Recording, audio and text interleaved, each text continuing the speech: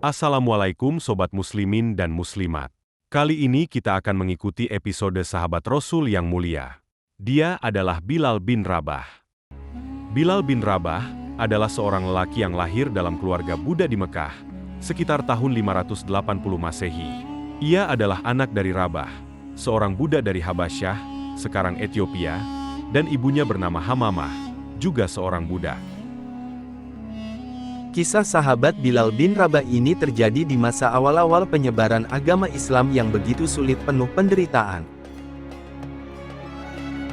Tokoh-tokoh Quraisy menyiksa orang-orang Mekah jika terlihat memeluk agama Islam.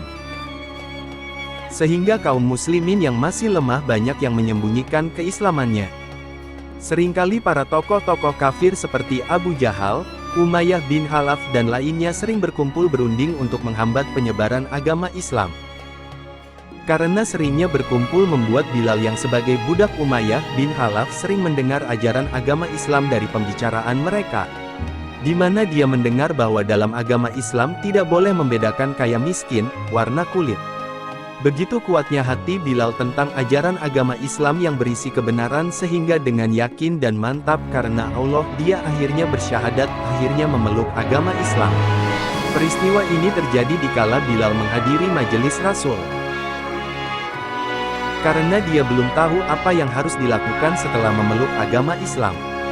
Dari majelis pertama yang dia hadiri inilah, Bilal memahami semua yang disampaikan Rasul tentang ajaran Allah. Di mana dia mendengar larangan menyembah berhala dan menyekutukan Allah dengan makhluk lain, tidak boleh membunuh budak tanpa alasan jelas, membantu kaum lemah, tidak membedakan kaum satu dengan lainnya, dan masih banyak lagi pelajaran yang dia dapat dari majelis Rasul. Semua manusia setara baik majikan ataupun budak di hadapan Allah dan masih banyak lagi faktor yang membuat Bilal semakin yakin bahwa agama Islam yang diajarkan Nabi Muhammad adalah ajaran dari Tuhan yang sesungguhnya.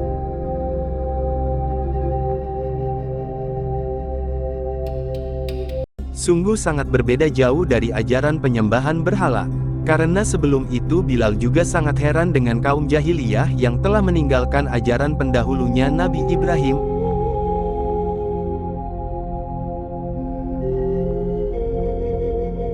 Lalu ketika Bilal pulang dari majelis, majikannya Umayyah menanyakan dari mana dia pergi. Bilal tanpa ragu menjawab dari majelis Rasul karena dia telah memeluk agama Islam. Mendengar jawaban Bilal, majikannya makin marah dan geram. Seketika Umayyah majikannya menyiksa Bilal. Dia menyuruh budak lainnya untuk mencambukinya bahkan menindih batu besar di tubuh Bilal dalam keadaan terlentang di tanah. Luka robek di kulitnya dengan darah mengucur tak membuat Bilal padam dengan imannya.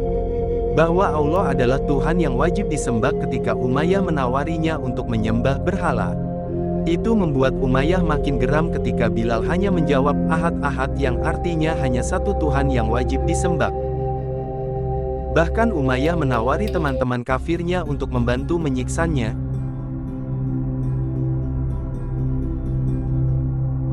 Berhari-hari penyiksaan itu berlangsung hingga sahabat Abu Bakar mendengar dan mendatangi Umayyah. Sahabat Abu Bakar menanyakan apa sebab penyiksaan itu terjadi kepada Umayyah. Setelah menjelaskan semua, Umayyah menawarkan untuk membeli Bilal sebagai budak yang sudah tak berguna lagi dengan harga murah kepada Abu Bakar. Sehingga sahabat Abu Bakar membelinya sesuai tawaran yang murah dari Umayyah sambil berkata bahwa meskipun Umayyah menjual dengan harga mahal sekalipun, sahabat Abu Bakar tetap membelinya karena Allah untuk dimerdekakan. Seiring waktu, Bilal telah menjadi bagian dari sahabat Rasul yang dihormati kaum muslimin, karena keimanannya memeluk agama Islam. Begitu pula di mata Rasul, sahabat Bilal adalah seorang muslimin yang sangat dimuliakan. Pembalasan Bilal kepada Umayyah majikannya yang telah menyiksanya, terjadi saat Perang Badar. Di mana Perang Badar yang melawan kaum kafir dimenangkan oleh kaum muslimin. Ada sebuah cerita sebelum terjadinya Perang Badar yang nantinya berkaitan dengan terbunuhnya Umayyah bin Khalaf oleh Bilal. Suatu saat sahabat Rasul Sa'ad bin Waqqas sebagai pimpinan suku Aus sedang lewat Mekah dan ingin tawaf di Ka'bah. Tentu ini akan sulit, mengingat suku kafir Quraisy akan membunuh kaum muslimin jika masuk Mekah. Sedang kaum muslimin dalam Mekah menyembunyikan keislamannya. Maka sahabat Sya'ad mengirim surat kepada Umayyah, sahabat dekatnya dulu sebelum masuk Islam dan hijrah ke Madinah, agar membantu memberi jaminan menjaganya ketika tawaf di Ka'bah. Lalu Umayyah pun menyetujuinya, karena sahabat Sya'ad bin Waqqas ini adalah teman dekatnya dulu. Jika Umayyah pergi ke Madinah pasti mampir ke rumah sahabat Sya'ad, begitu juga sebaliknya. Maka pergilah sahabat Sya'ad ke rumah Umayyah dengan sembunyi-sembunyi. Sahabat Sya'ad meminta agar Umayyah menjaganya ketika Ka'bah keadaan kosong dan sepi. Karena sahabat Sya'ad tidak ingin tawaf bersama-sama kaum kafir yang punya kebiasaan saat tawaf telanjang, bersiul dan bertepuk tangan. Kebiasaan ini bukan disyariatkan ajaran Islam. Lalu Umayyah pun menemaninya saat tawaf pada malam hari, di mana orang-orang kafir termasuk Abu Jahal sudah pulang ketika malam tiba. Akhirnya sahabat Sya'ad tawaf di malam hari kondisi sepi. Lalu, di luar dugaan atas kehendak Allah, muncullah Abu Jahal, pimpinan suku Mekah yang sangat membenci kaum muslimin. Mengetahui ada orang tawaf di malam hari dan di sana ada Umayyah menemaninya.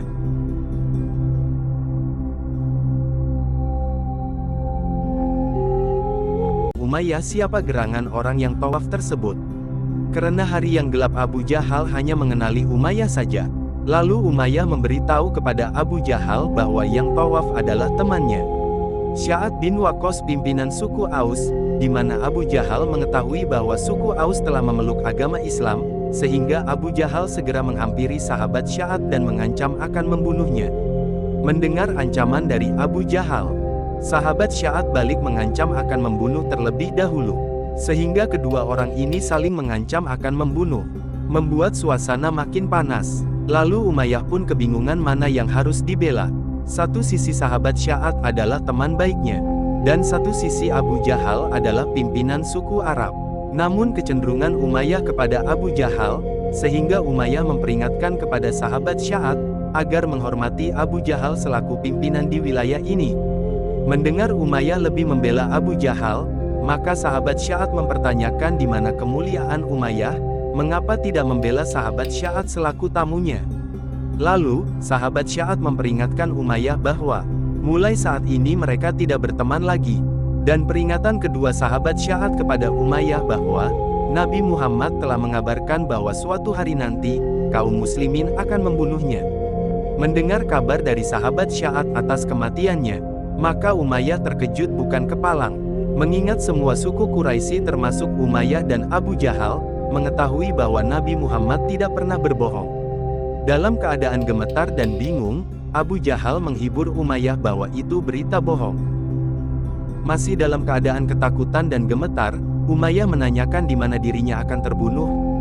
Sahabat Sya'ad menjawab bahwa Nabi Muhammad tidak mengabarkan kapan Umayyah akan dibunuh kaum muslimin, namun terbunuhnya Umayyah adalah berita kepastian.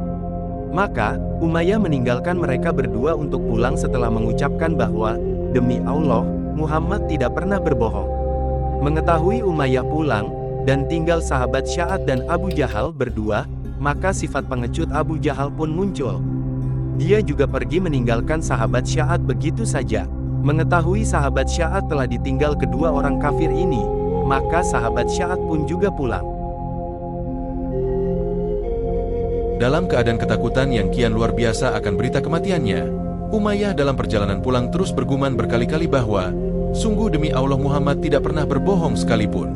Sesampainya di rumah, Umayyah segera mengabarkan nasib dirinya kepada istrinya, bahwa dirinya akan terbunuh kaum muslimin suatu hari nanti.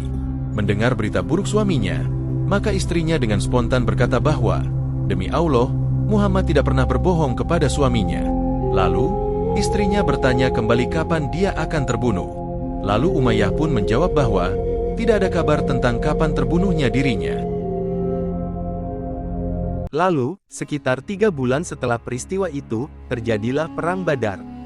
Perang antara kaum muslimin Madinah melawan suku Quraisy penduduk Mekah.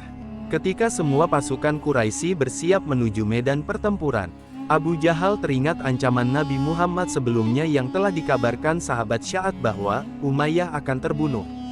Untuk mencegah Umayyah tidak ikut perang, maka Abu Jahal mendatangi Umayyah di rumahnya untuk bersiap perang. Setelah tiba di rumah Umayyah, Abu Jahal keheranan mengapa Umayyah dan pengikutnya yang banyak tidak bergerak menuju medan peperangan. Padahal semua kepala suku dan pasukannya lainnya bergerak menuju kancah peperangan. Tentu Abu Jahal diingatkan oleh Umayyah tentang berita kematiannya pada peristiwa sebelumnya. Sehingga Umayyah tidak mau berangkat ke medan perang. Melihat Umayyah dan pasukannya tidak mau berangkat ke medan pertempuran, tentu ini akan membahayakan suku-suku lain. Sehingga besar kemungkinan suku-suku lain juga tidak mau ikut bergerak ke medan peperangan melawan pasukan Nabi Muhammad dari Madinah. Karena jika pertempuran ini mereka kalah, maka harta benda milik mereka akan dirampas sebagai ghanimah oleh pasukan muslimin. Beberapa saat selanjutnya Abu Jahal mencari akal agar Umayyah ikut perang. Sehingga Abu Jahal pulang ke rumah mengambil dupa wewangian yang biasa dipakai perempuan. Dibawanya dupa itu di hadapan Umayyah, yang disaksikan oleh pengikut-pengikutnya. Sambil berkata, "Wahai Umayyah, pakailah wewangian perempuan ini, karena engkau telah takut perang seperti perempuan." Merasa dipermalukan oleh Abu Jahal di depan orang-orang, Umayyah pun akhirnya pulang mempersiapkan diri. Sesampainya di rumah, Umayyah meminta kepada istrinya agar mempersiapkan perangkat perang miliknya. Dari sini, istri Umayyah mengingatkan kembali tentang nasib suaminya agar tidak ikut berperang. Namun Umayyah menghibur istrinya bahwa dia hanya bergerak tidak jauh dari rumah lalu kembali lagi agar tidak mendekati medan peperangan dan tak malu. Rupanya Abu Jahal mengerti kebusukan akal Umayyah, sehingga tiap kali Umayyah berhenti istirahat menuju medan pertempuran, Abu Jahal mempermalukan Umayyah kembali dan menggiringnya kembali menuju medan perang. Hingga tanpa disadari, Umayyah telah masuk medan pertempuran, dan dengan terpaksa terjebak ikut perang melawan kaum muslimin. Singkat cerita, perang Badar ini akhirnya dimenangkan oleh kaum muslimin.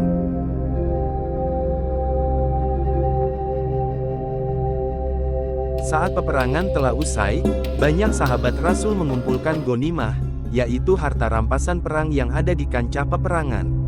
Para sahabat mengumpulkan pedang, perisai, baju perang, tunggangan dan senjata lainnya yang merupakan harta rampasan perang untuk dikumpulkan di kemah Rasul.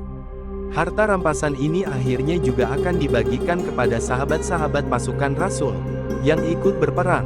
Rupanya kekalahan suku Quraisy membuat mereka terbunuh dan sebagian lari kocar-kacir diserang kaum muslimin.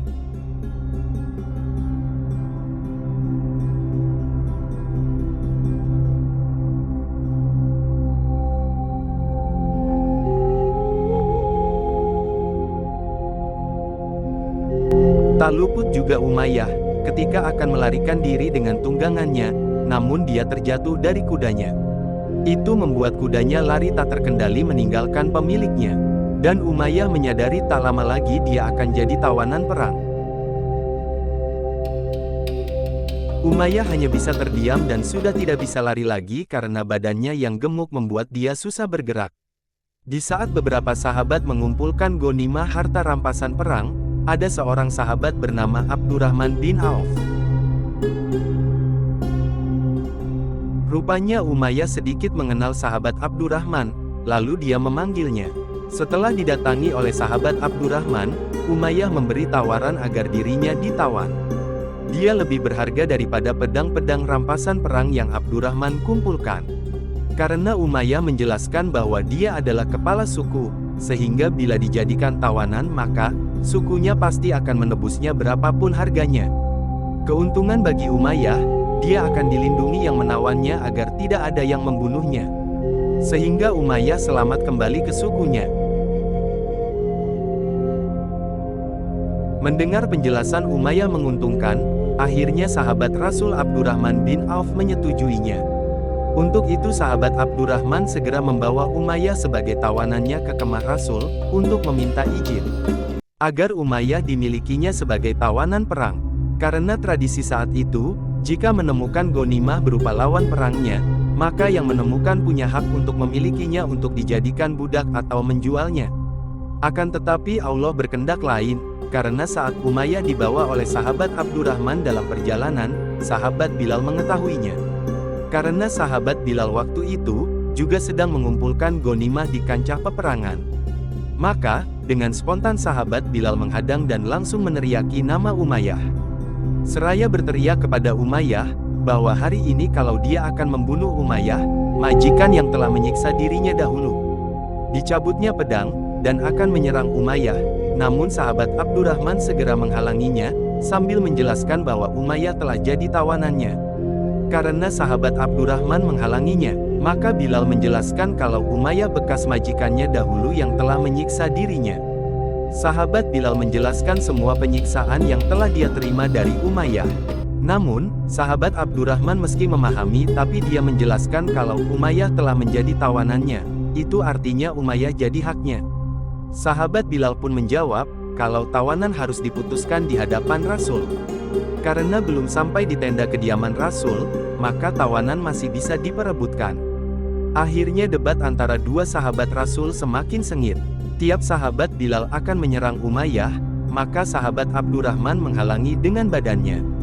Tentu ini membuat sahabat Bilal tidak bisa menyerang Umayyah dengan bebas, karena sahabat Bilal mengetahui bahwa tidak boleh saling menyerang sesama muslim apalagi membunuhnya. Kebetulan ada beberapa sahabat Rasul lainnya dari jauh, yang juga sedang mengumpulkan ghanimah. Maka sahabat Bilal pun memanggil mereka. Setelah mereka datang, sahabat Bilal pun menunjuk Umayyah sambil menjelaskan bahwa dia adalah majikan yang telah menyiksa dirinya dahulu. Mulai cari mencambuk, menindih batu panas di dadanya dan berbagai penyiksaan lainnya. Sahabat Bilal terus memotivasi beberapa sahabat lainnya untuk membantu membunuh Umayyah. Ditambah lagi Umayyah adalah golongan orang kafir yang halal darahnya. Karena ikut memerangi agama Islam. Akhirnya beberapa sahabat tersebut menyadari bahwa Umayyah layak dibunuh karena termasuk kaum kafir yang memerangi agama Islam, sehingga halal darahnya untuk dibunuh. Akhirnya beberapa sahabat menghunus pedang mereka masing-masing mencari celah untuk menebas Umayyah dari perlindungan sahabat Abdurrahman. Karena semakin banyak yang mengeroyok Umayyah, maka sahabat Abdurrahman pun semakin terdesak dan kewalahan melindungi Umayyah, disebabkan Umayyah diserang di berbagai arah. Sehingga untuk menyiasati melindungi Umayyah dari tusukan dan tebasan, maka diperintahlah Umayyah berbaring di tanah dan sahabat Abdurrahman menindih tubuh Umayyah agar terlindungi dari pedang-pedang yang menyambarnya. Melihat Umayyah posisi demikian, maka sahabat Bilal tak kurang akal. Disuruhnya sahabat-sahabat yang lain untuk menusuknya dari bawah. Tentu kali ini, tidak bisa dihindari oleh sahabat Abdurrahman yang melindungi Umayyah. Sehingga Umayyah pun terkena tusukan-tusukan dari bawah oleh pedang-pedang sahabat Bilal dan sahabat-sahabat lainnya. Dan akhirnya, Umayyah pun mati mengenaskan oleh sahabat Bilal. Melihat Umayyah mati, sahabat Abdurrahman pun merelakannya sambil tersenyum. Demikianlah kisah sahabat Rasul Bilal bin Rabah yang membunuh majikannya dahulu, yang pernah menyiksa dirinya. Sampai jumpa di kisah lainnya di channel ini. Jangan lupa like, subscribe. Terima kasih, wassalam.